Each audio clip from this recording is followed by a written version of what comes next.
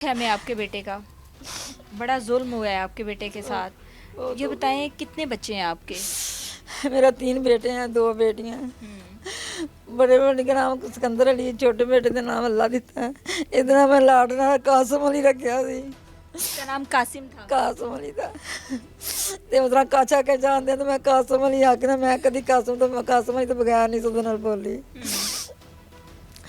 ਅੱਲਾ ਨੇ ਖੁਸ਼ੀਆਂ ਦਾ ਟਾਈਮ, ਅੱਲਾ ਸੋਹਣਾ, ਮੈਂ ਬੱਚਾ ਛੋਟਾ, ਚਲ ਮੈਂ ਵੀ ਖੁਸ਼ੀ ਉਹਦੀ ਵੇਖ ਲਾਂ। ਉਹ ਛੋਟ ਜਾਂਦਾ, ਮੈਂ ਨਹੀਂ ਅਜੇ ਸ਼ਾਦੀ ਕਰਾਉਣੀ, ਮੈਂ ਨਾ ਹੀ ਕਰਾਉਣੀ, ਤੂੰ ਨਾ ਕਰਾ, ਮੈਂ ਤੇ ਇਹਦੀ ਕਰ ਦੇਣੀ ਹੈ। अच्छा, ਉਹ ਕਸਮ ਸੀ। बाकी बेटे शादीशुदा हैं? एक बड़ा बेटा ठीक शादीशुदा है, है। कासिम की शादी होनी थी। हाँ जी। ठीक है। हाँ, और बेटियां कितनी हैं आपकी? बेटियां 2 है, एक 2 बेटी हैं। हाँ, इसकी शादी एक की है, एक की नहीं की।